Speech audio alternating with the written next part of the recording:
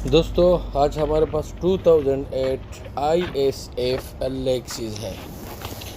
Customer का complaint है कि इसका जो टेम्परेचर का गेज है वो भी एकदम से रुक गया है और उसके बाद जो इसका एयर कंडीशन भी नहीं, कंप्रेसर भी ऑन नहीं हो रहा है। जैसे कि आप देख सकते हैं बिल्कुल ज़ीरो लास्ट पे है, टेम्परेचर गेज बिल्कुल नहीं चल रहा है। उसके बाद इसका एयर कंडीशन का कंप्रेसर ऑन नहीं हो रहा है।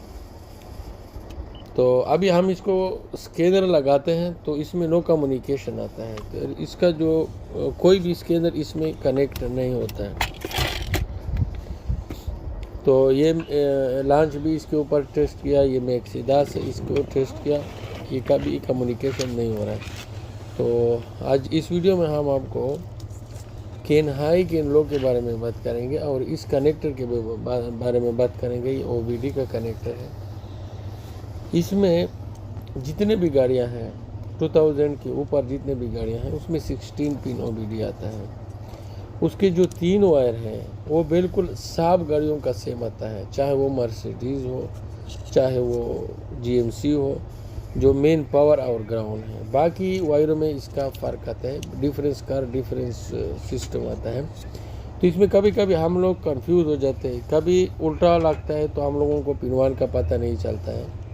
तो हमेशा आपने इस तरह काउंट करना है, ये पिन 1 पिन 2 पिन 3 ऊपर की तरफ से अगर ऐसा कनेक्टर है तो जो ऊपर वाला पिन है वो पिन 1 आता है, ठीक है।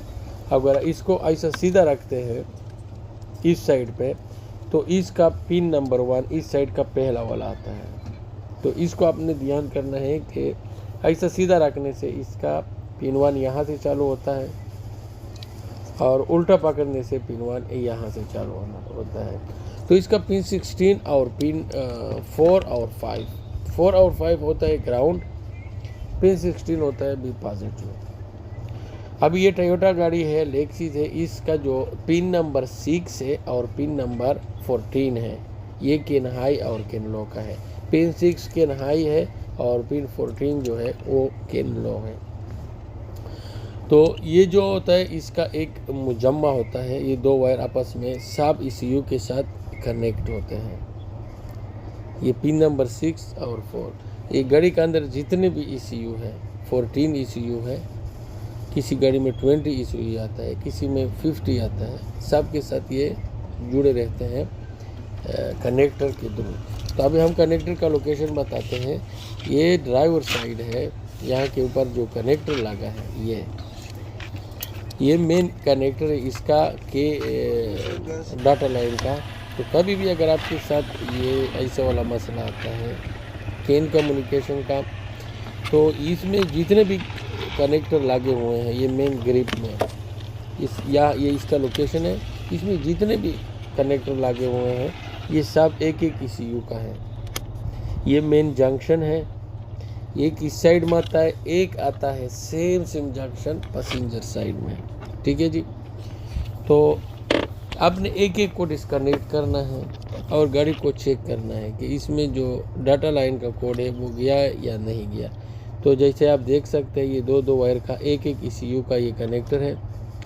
तो हमने भी इसका फॉल्ट ऐसा ही निकाला, स्कैनर लगाया, वो कनेक्ट नहीं हो रहा था, तो हमने ये एक को डिस्कनेक्ट किया। जिसको डिस्कनेक्ट किया और उसके बाद इसका कम्युनिकेशन सही हो गया, तो उसका मतलब है कि वो वायर कहीं से शॉर्ट है या वो ECU या जो इलेक्ट्रॉनिक्स बोर्ड है वो कहीं से शॉर्ट है।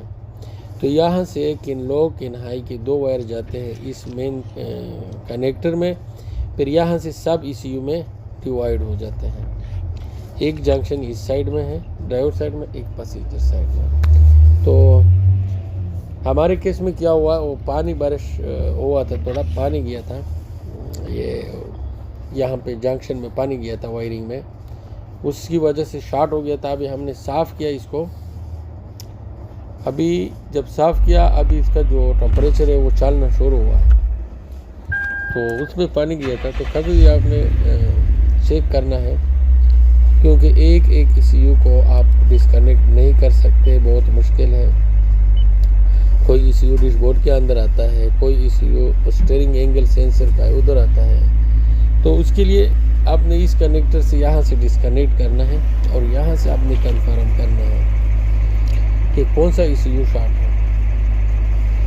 फॉर एग्जांपल गाड़ी उसमें कम्युनिकेशन नहीं हो रहा है तो आपने एक एक को डिस्कनेक्ट करना है। आपने डिस्कनेक्ट किया और कम्युनिकेशन चालू हो गया तो इसका मतलब है जो ECU फिर उसके साथ कनेक्ट नहीं होता है तो वो ख़राब है। तो एक जंक्शन ये है, इस साइड में है।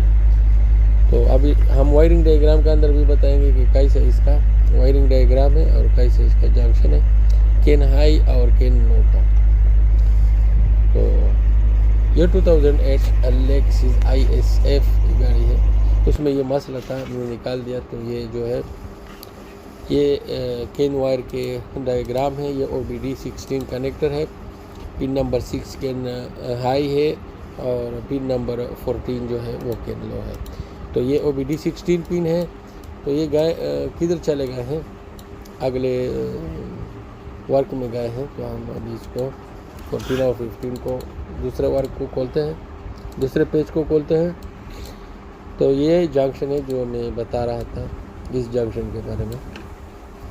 तो यही जंक्शन है, यहाँ से सब ECU के लिए ये यहाँ से वायर गए हुए हैं। तो ये आसानी के साथ आप इसको डायग्नोस कर सकते हैं। जैसे ये एक ECU हो गया, 2 हो गया, 3 हो गया, 4, 5, 6 ECU हो गया। तो ये पैसेंजर साइड का है, ये पैसेंजर साइड का है और ये जो है ड्राइवर साइड का। ये लेफ़्ट साइड है, ये राइट साइड है। इसका जो बड़ा कनेक्टर है वो ड्राइवर साइड में आता है। ये 5-6 ECU इसके साथ कनेक्ट है, 3-4 वहाँ पे कनेक्ट है। ये बहुत मालूमाती वीडियो है टेक्नीशियन आदमी के लिए, जिसको केन हाई और केन लो का थोड़ा बहुत मालूम है, तो उसके लिए बहुत ही इंफॉर्मेशन वीडियो है। ये इसका वायरिंग डायग्राम है, ऐसे जंक्शन इसका आता है। कोई भी IS का यहाँ पे आता है, Lexus IS यहाँ है। तो सब गाड़ी का यही सिस्टम होता है, केन हाई और केन लो। इसमें कोई फॉल्ट आते हैं तो गाड़ी या तो स्टार्ट नहीं होगी या फिर कोई कम्युनिकेशन नहीं होगा।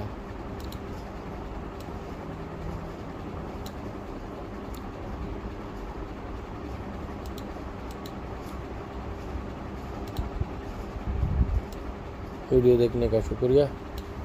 तो ये जितने भी ECU हैं वही जंक्शन के साथ इसका कनेक्शन है। जैसा एक है ये स्टीयरिंग एंगल सेंसर का है, एयरबैग का है, यारो सेंसर का है, वगैरह वगैरह, यानी बहुत सी ECU है। एयरबैग ECU है। गाड़ी के अंदर जितने भी ECU है, ये हेडलाइट का या डायनामिक कंट्रोल ECU है, तो सब का यही तरीके से सिस्टम काम करता है। तो इसका जो डेटा लाइन था यहाँ पे, इसमें पानी गया था, यहाँ पानी गया था, इस वजह से शॉर्ट आ रहा था उसमें। उसको हमने साफ़ किया और मैंने सोचा आप लोगों के साथ भी वीडियो शेयर करूँ, क्योंकि आजकल पूरा जो नेटवर्क सिस्टम है नया गाड़ी में पूरा वही सिस्टम है।